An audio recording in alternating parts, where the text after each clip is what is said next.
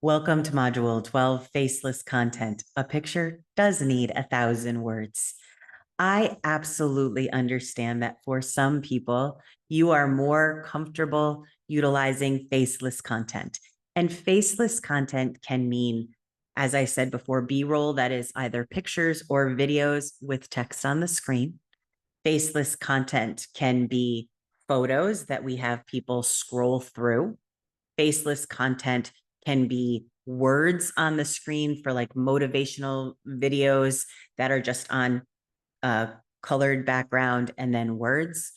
Or faceless content can also be AI generated content, and that could be pictures or visuals. And also, faceless content can be voiceovers. So we have to think about faceless content being in those different chunks. The easiest way I think I look at faceless content is voiceovers and non-voiceovers. So let's address voiceovers first. If you are doing content where you're not showing your face, but you are showing a video and you're going to talk in it, then you absolutely still need to utilize a hook that you are going to talk about, and you are going to identify your keywords and say that multiple times out of your mouth in the script on your voiceover. And then when it comes to writing your description on Facebook, it's 2 to 4 sentences using the keywords that are part of your content. And you're going to find the hashtags that align with the topic that you're talking about. One in the millions, one in the hundreds of thousands, one in the tens of thousands, and one in the thousands. If you are doing voiceover content for YouTube, follow that same conversation if they're shorts, if they are under a minute long. If you are doing a voiceover content and you are putting it on Instagram, you have the ability to do all of those same things, but your description can be longer and a little bit more interactive. So on Instagram, you'll see most people will put something out there and say, comment more for the free guide, or say me in the comments. And their description is also packed with information that they talked about in the voiceover content. If you are doing a voiceover, but it's AI generated voiceovers, then I want you to remember it is absolutely critical for you to even indicate that that is AI generated. So if your picture is AI generated and your speech is AI generated, on all of the platforms, you will have to click that AI generated button for that content to get out in front of people. But again, you will need keywords in order for you to be able to get that content and make it discoverable. If you are doing content that is faceless and voiceless, and you are going to either shoot B-roll and put text on the screen, or you're going to use pictures and put text on the screen, then you also need to make sure that those videos are discoverable. So if you are doing a long text on the screen for your faceless video, then you will do a hook right at the top of your page. And that hook has got to have the keywords in it. And then you are going to write the text on the screen, and that will have to have keywords in it.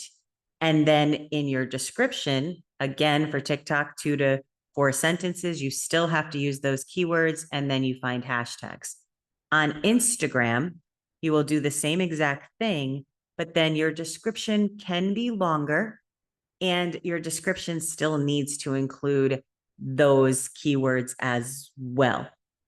If you are doing photo carousels on TikTok or on Instagram, there are a couple of different things you can do there. If you are just so certain that your photos are so beautiful that there needs to be no context at all, that people are just going to want to look at them, then you are going to have to really pack your description with keywords. that align with what your pictures are. On TikTok, I do want to say one thing before we go any farther. If you are doing any type of photos on TikTok or any type of B-roll on TikTok that you want to kind of scroll back and forth, use more than one picture. Don't just have your one picture that just keeps going over and over again. If you're going to do photo carousels on TikTok, use more than one picture. On Instagram, I think that goes almost without saying, but on Instagram, you can get away with putting up one picture. A little bit more than on TikTok. I recommend having 3 to 4 pictures because then it tells people to scroll and it tells them to look at more things. You can do the same thing on Instagram. I think the reason for this is that after COVID, where people were normally going on Instagram and looking at like one picture, a beautiful picture, that's what it used to be. They now want a little bit more from someone. They want, if they're going to give their time and look at it, they want to look at a little bit more than that.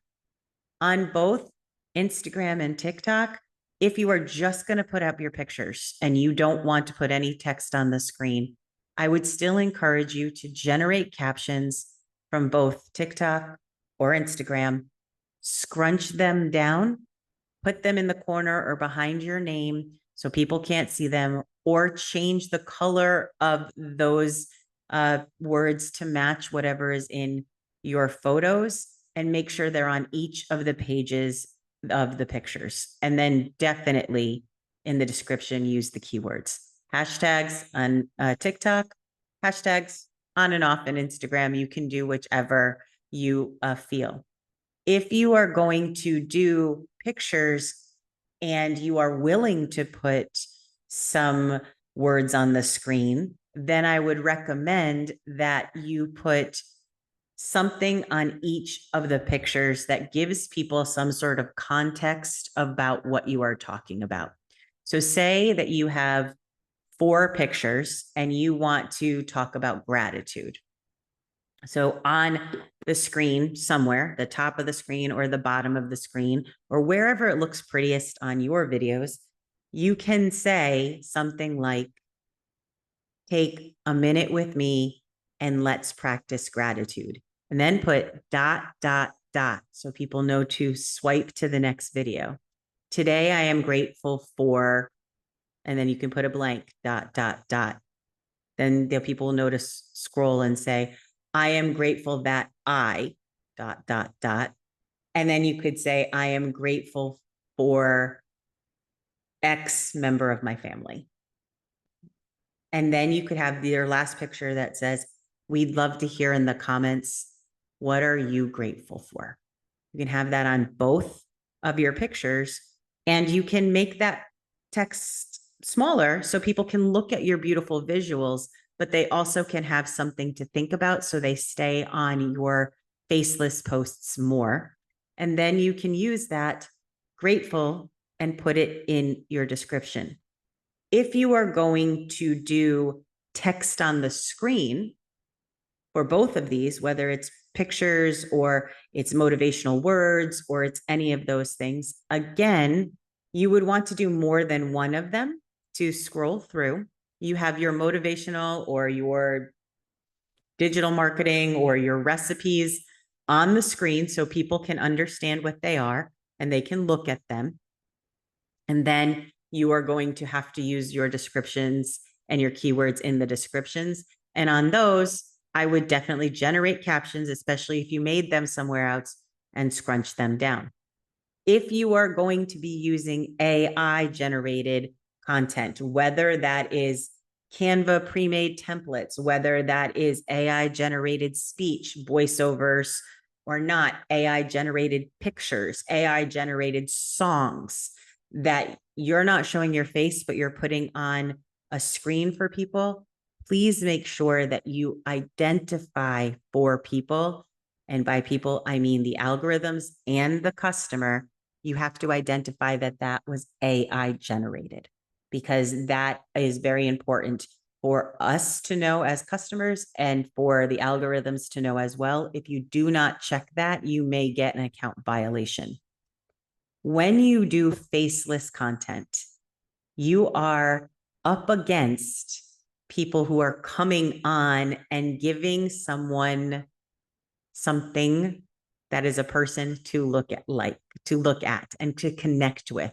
So for you, you really need to make sure that your visuals are stunning. Along with that, you have to put the work in on all of the keywords and search engine optimization, because if not, and you just put something out there, then you're kind of hoping somebody follows you or somebody huge gets it and reposts it. You also are going to have to consider thinking about some sort of interactive part of the content. That is why on so many Instagram posts, people will say, you want more people to watch your content? Say content in the comments and I will send you a free guide.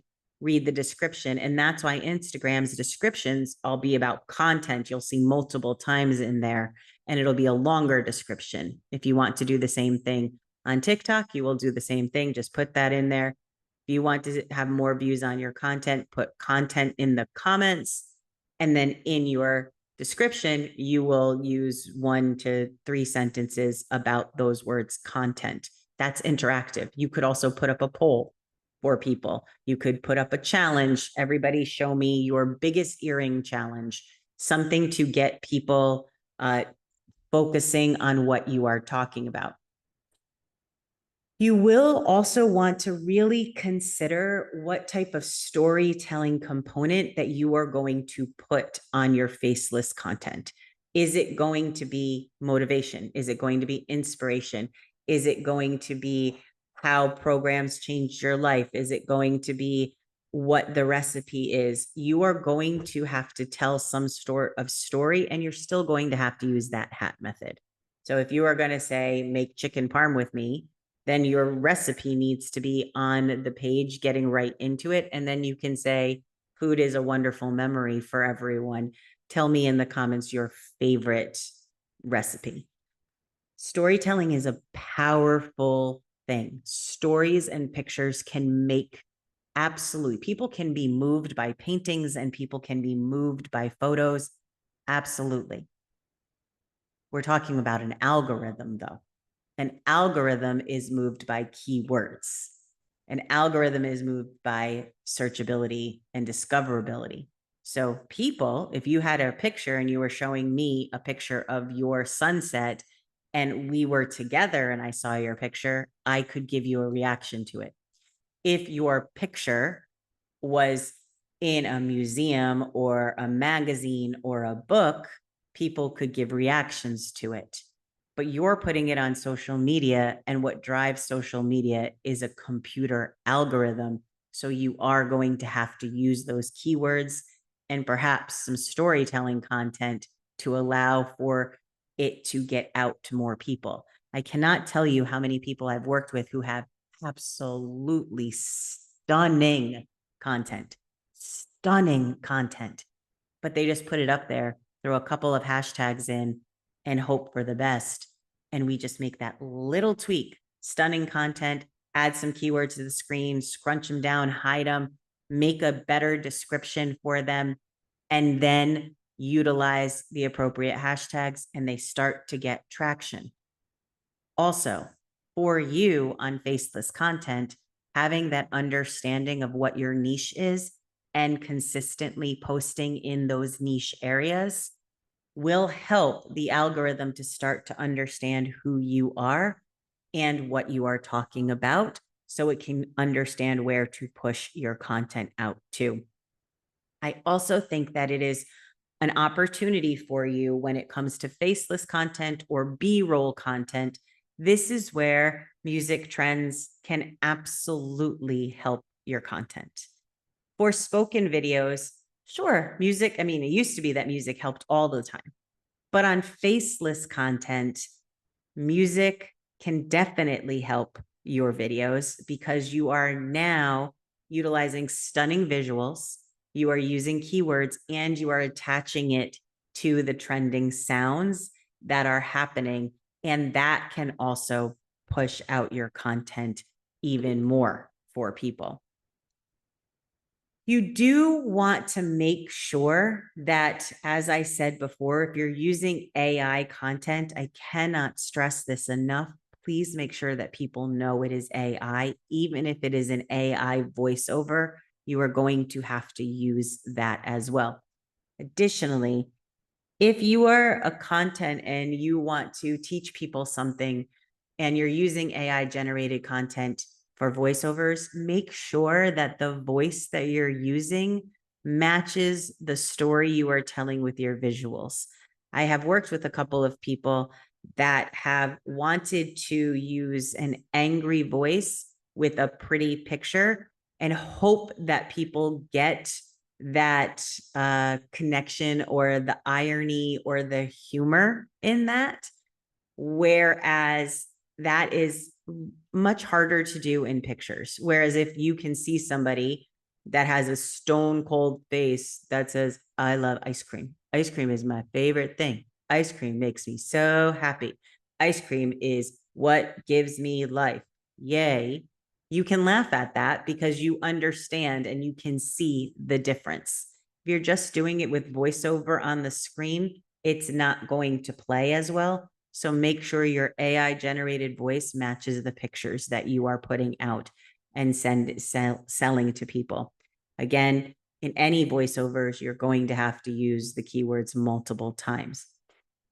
If you are putting out content that is going to use words on the screen, but it is not connected to anything else, so you're not selling something or you're not doing anything, and then you're going to have to give people some real good inspiration. And again, there is a broad world of Google out there or prompts that you can use for AI. Instead of just using what people gave you in that content pack, use other motivational things that align with your mission and your customers. Because it's just like what I said before, where we can't say everyone's our customer. We can't just say that this inspirational thing speaks to everyone. We want it to speak to our customers and our buyers. Faceless accounts can be extremely successful. However, faceless accounts take work. It's not just a matter of throwing up something pretty and hoping it works and goes viral and makes a difference. Faceless accounts have to tell a story in and of itself.